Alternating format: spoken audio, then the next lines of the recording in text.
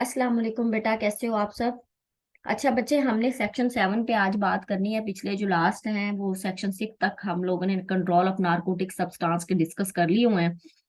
तो आज हमने सेक्शन 7 करना है और इंशाल्लाह हम इतने अच्छे से करेंगे कि इस लेक्चर के बाद आपको किसी किस्म की कोई एम्बिग्यूटी नहीं रहेगी। इंशाल्लाह हम लफ्ज ब लफ्ज इसका तर्जुमा देखेंगे और at the end of this lecture हम जो उर्दू का बेयर एक्ट है उसको भी रीड आउट करेंगे। और साथ साथ फिर हम पॉइंट्स भी निकालते जाएंगे ताकि जो है वो हमें दोबारा इसको रीड आउट करने की जरूरत महसूस ना हो। अच्छा, अब प्रोहिबिशन का मतलब होता है ममानत, मना करना, import export of narcotic drugs. अब चूंकि नारकोटिक ड्रग्स के बारे में हम ऑलरेडी पढ़ते आ रहे हैं कि नारकोटिक ड्रग्स कुछ नशा आवर अद्वियात होती हैं जो कि लोग यूज करते हैं। प्रोहिबिशन का मतलब मैंने बता दिया कि ममानत होती है, रुकावट होती है, रोकना होता है। इंपोर्ट का मतलब होता है बाहर से चीज अपने कंट्री में या अपने घर में लेके आना, और एक्सपोर्ट का मतलब होता है कि जो पैदावार मुल्क में हुई हो उसे बाहर भेजना। ठीक है। अब साफ जाहिर हो गया टाइटल टाइटल से हमें कि प्रोहिबिशन ऑफ इंपोर्ट और एक्सपोर्ट ऑफ नारकोटिक ड्रग, यानी ना तो बाहर की कंट्री से अपनी कंट्री में लेके आना है, ना अपनी कंट्री से बाहर किसी कंट्री में भेजना है। नशा और अद्वियात का को उसकी ममानत है। अब सेक्शन 7 हमें इस चीज के बारे में डील करता है। ये हमें टाइटल से जाहिर हो गया। अब हम डिटेल में जाएंगे। अच्छा, सेक्शन 7 स्टार्ट पे कहता है कि नो वन शैल। अब यहाँ पे शैल का वर्ड यूज हुआ है। मैं हर लेक्चर में ट्राई करती हूँ आप लोगों को समझाने की कि शैल जहाँ पर आ जाए तो उसका मतलब ये चीज होता है कि ये मैंडेटरी क्लाज है, ये करना ही करना है। जहां पर मे आ जाता है उसका मतलब होता है ये डिस्क्रिशनरी क्लॉज होता है। उसमें थोड़ा रिलीफ मिल जाता है कि आप करें भी तो भी ठीक है, नहीं करें तो भी ठीक है। तो लेकिन शैल का जो वर्ड होता है वो मैंडेटरी फिर क्लॉज बन जाती है। अच्छा, नो वन शैल। अब क्या कोई भी नहीं कर सकेगा, क्या नहीं कर सकेगा, इंपोर्ट इनटू पाकिस्तान। इंपोर्ट यानी वो जो है वो दर आमद बाहर की कंट्री से अपनी कंट्री पाकिस्तान में नहीं लाएगा। एक्सपोर्ट अपनी कंट्री से जो है वो अपनी कंट्री पाकिस्तान से किसी दूसरी कंट्री में नहीं लेके जाएगा। Transport with in Pakistan. अब ट्रांसपोर्ट का मतलब होता है लाइक ट्रांसपोर्ट यानी नकलो हमल, उर्दू में अगर मैं इसको कहूँ, नकलो हमल विद इन पाकिस्तान, यानी विद इन पाकिस्तान भी नहीं करनी। ऊपर दो ए और बी के अंदर पाकिस्तान से बाहर की बात हुई है, सी के अंदर पाकिस्तान के अंदर की बात हुई है। And transship. अब लास्ट डी में है ट्रांसशिप। ट्रांसशिप का मतलब होता है जहाज से, एक जहाज से दूसरे जहाज में मुंतकली। अब आपको पता है कि जो पाकिस्तान है, पाकिस्तान का जो कराची से जो बॉर्डर है ना पाकिस्तान का अरेबियन सी को, वो है मेरे ख्याल में 1000। एक मिनट मुझे जरा ओके रेजर। अच्छा, हाँ। अब ये जो है ना कराची से ये है 1046 किलोमीटर। वो पता नहीं सही टाइप नहीं होगा। अच्छा, कुछ ये आ ही गया होगा आपको समझ। अच्छा, 1046 किलोमीटर कोस्ट लाइन है। अब वहां पे अरेबियन ओशन, जो अरेबियन सी हमें लगता है, उसके बाद इंडियन ओशन हमें लगता है। तो अंडरस्टूड है अगर थ्रू जो है वो सी अगर करनी हो, इंपोर्ट करनी हो या एक्सपोर्ट करनी हो, तो जो है वो बहरी बेड़ों के जरिए वहां पे शिप्स आके ग्वादर पोर्ट पे आके खड़े होते हैं, या पोर्ट कासम है या कराची पोर्ट है, या इस तरह ये यहाँ पे आके अरेबियन सी में खड़े होते हैं। तो वहां से भी एक जहाज से दूसरे जहाज मुंतकली नहीं करनी है, वट एवर वो आउटसाइड पाकिस्तान जा रहा हो या फिर पाकिस्तान के अंदर आ रहा हो। अब यहाँ पे ये A B C D, ये चारों पॉइंट क्लियर हो गए। पाकिस्तान से बाहर नहीं जाएगा, पाकिस्तान किसी दूसरे से कंट्री से पाकिस्तान के अंदर नहीं आएगा, पाकिस्तान के अंदर नकलो जो है हमला उसकी वो बिल्कुल नहीं होगी, और जहाजों में भी अगर कोई है तो वो भी मुंतकली नहीं होगी। ये 4 तरीकों से हमें इस सेक्शन में बता दिया है। ओके, आगे चलते हैं कि नेक्स्ट क्या है। अच्छा, अब क्या, अब ये ऊपर तो उन्होंने बताया है ना कि ये 4 काम किस चीज में। अब एनी, एनी क्या, नारकोटिक ड्रग। नारकोटिक ड्रग आपको पता है नशावर अद्वियात, साइकोट्रॉपिक सब्सटेंस। साइकोट्रॉपिक सब्सटेंस वो सब्सटेंस, वो मवाद होता है जो कि कहते हैं जहन को मुतासर करने वाला। यानी ऐसी कोई चीज खाना, ऐसी कोई दवा खाना, कुछ भी वट एवर जिससे इंसान का जो माइंड है वो मुतासर हो, उसको साइकोट्रॉपिक सब्सटेंस कहते हैं। ये ZA के अंदर इसकी डेफिनेशन है। And controlled substance, controlled substance वो सब्सटेंस होते हैं जिनकी, वो ड्रग्स होते हैं जो कि लाइक जो प्रोडक्शन, मतलब जिनकी की मतलब ऐसी चीजें जो कि अगर गवर्नमेंट अलाउ कर देती है तो उन सब्सटेंस को यूज करके इनकी जो नारकोटिक ड्रग्स या साइकोट्रॉपिक सब्सटेंस या कुछ और जो है वो उनको मैन्युफैक्चर किया जा सकता है या प्रोड्यूस किया जा सकता है। तो वो जो उसके लिए चीजें यूज होंगी उन चीजों को कंट्रोल्ड सब्सटेंस कहते हैं। ये 2K के अंदर इसकी भी डेफिनेशन है ऊपर। बल्कि हम इस तरह से करते हैं, हम चलते हैं पहले उनको पढ़ते हैं ताकि यहाँ यहीं पर इन तीनों चीजों का कॉन्सेप्ट क्लियर हो जाए, फिर दोबारा हम यहीं पे आते हैं और यहीं से स्टार्ट करते हैं। ये देखिए 2K के अंदर हमने निकाल लिया कंट्रोल्ड सब्सटेंस। अब हम इसको रीड आउट करते हैं।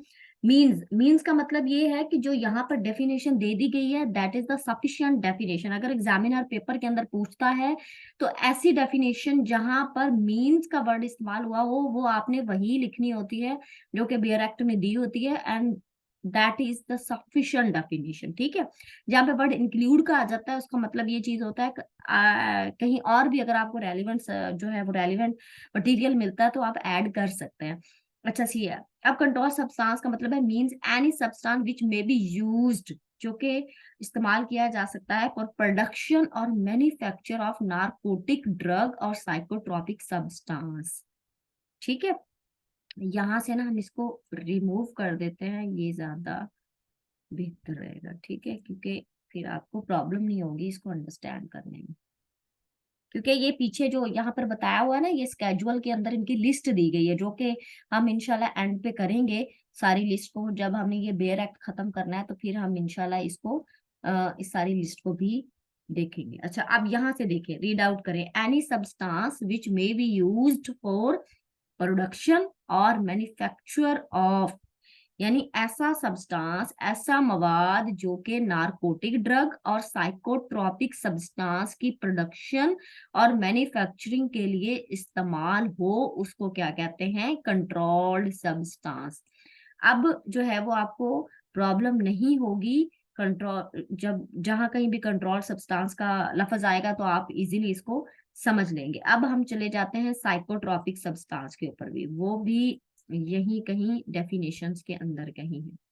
ठीक है, साइकोट्रॉपिक सब्सटेंस ये रहा, this one is psychotropic substance. ये इसको हाईलाइट कर देती हूँ, ये 2ZA ये। ठीक है, अब यहाँ पर अगेन जो है वो वर्ड यूज हुआ हुआ मीन्स का।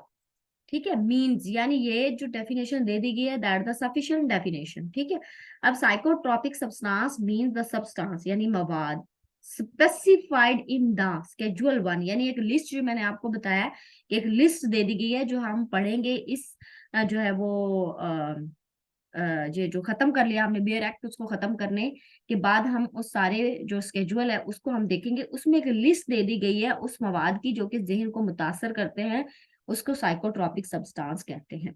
ठीक है, अब यहाँ आपको समहाउ जो है वो क्लियर हो गया होगा। अब हम अपने रेलिवेंट टॉपिक पे जाते हैं और फिर से वहीं से स्टार्ट करते हैं।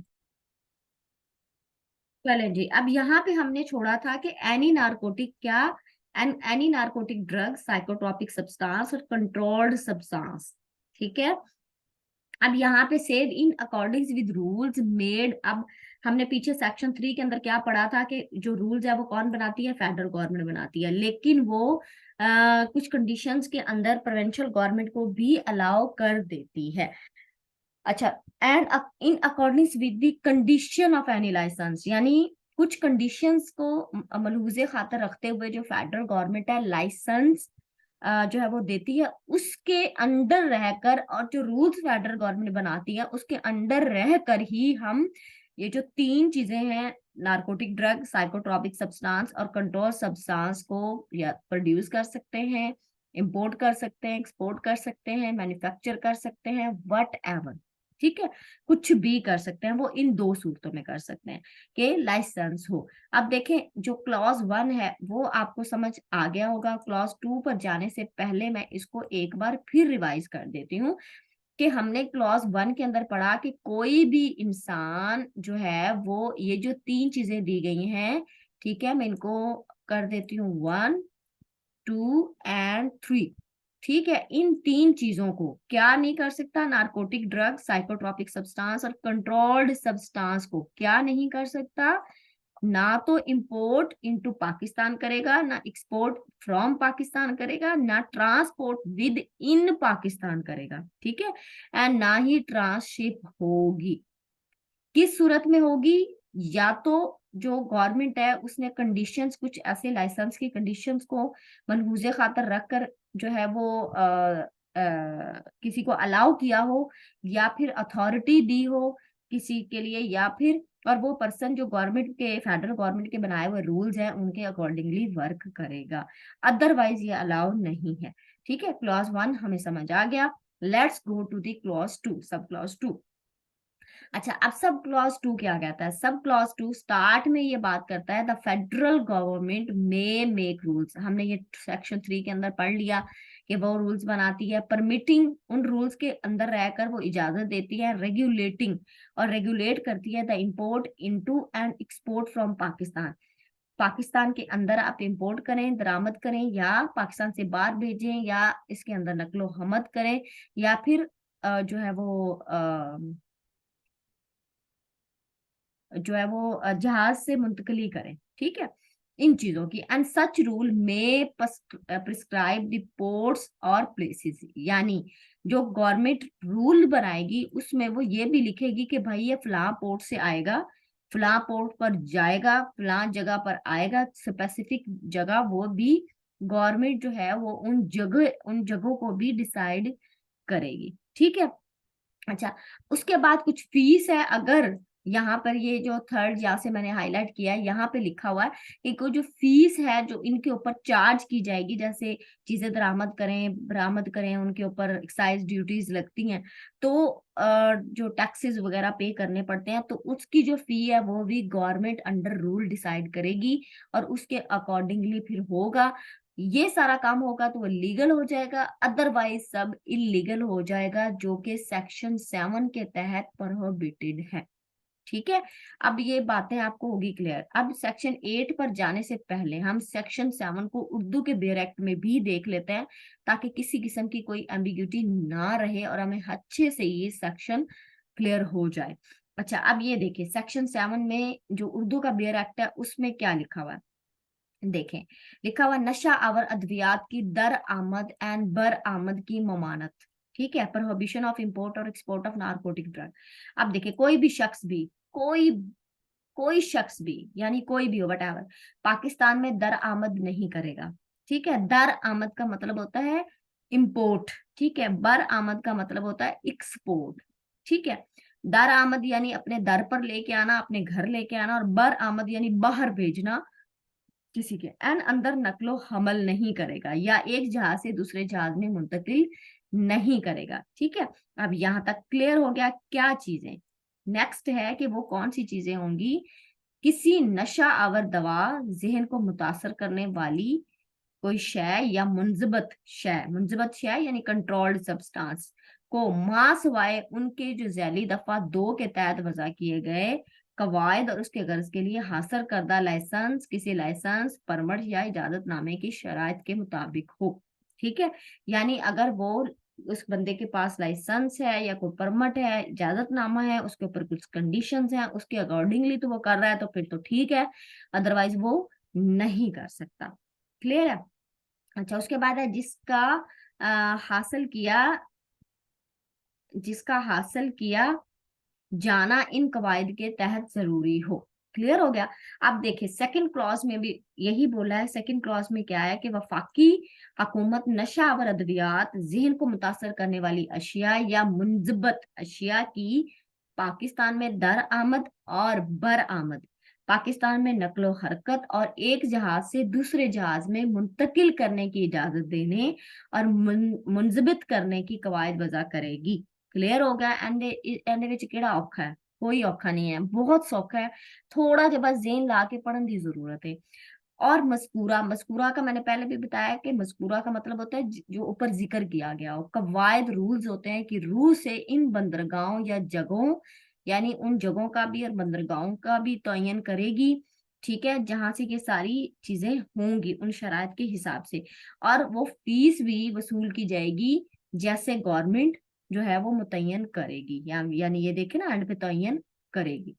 अब मेरे ख्याल में सेक्शन 7 की किसी किस्म की कोई एम्बिग्यूटी नहीं रह गई होगी, बहुत अच्छे से सेक्शन 7 हो गया होगा। ठीक है, फिर भी अगर आपको लगता है कि कोई एम्बिग्यूटी है और चीजों को क्लियर करने की जरूरत है, तो आप मुझे कमेंट बॉक्स में पूछ सकते हैं या इनबॉक्स कर सकते हैं। और बाकी जो बच्चे हैं वो फिर ड्यूरिंग क्लास अगर आपको बेटा फिर ना भी समझ आए तो आप मेरे से पूछ सकते हैं। अब है हमारा क्वेश्चन आंसर वाला सेगमेंट। तो अभी मैं रिकॉर्डिंग ऑफ करती हूँ और फिर उसके बाद 10 मिनट्स हैं। जिस जिस बच्चे ने भी नोट डाउन किया हुआ है क्वेश्चन, वो 1 बाय 1 अपना हैंड रेज करे और देन हम इसको डिस्कस करते हैं। और बाकी जो है वो जजाकल्ला खैर।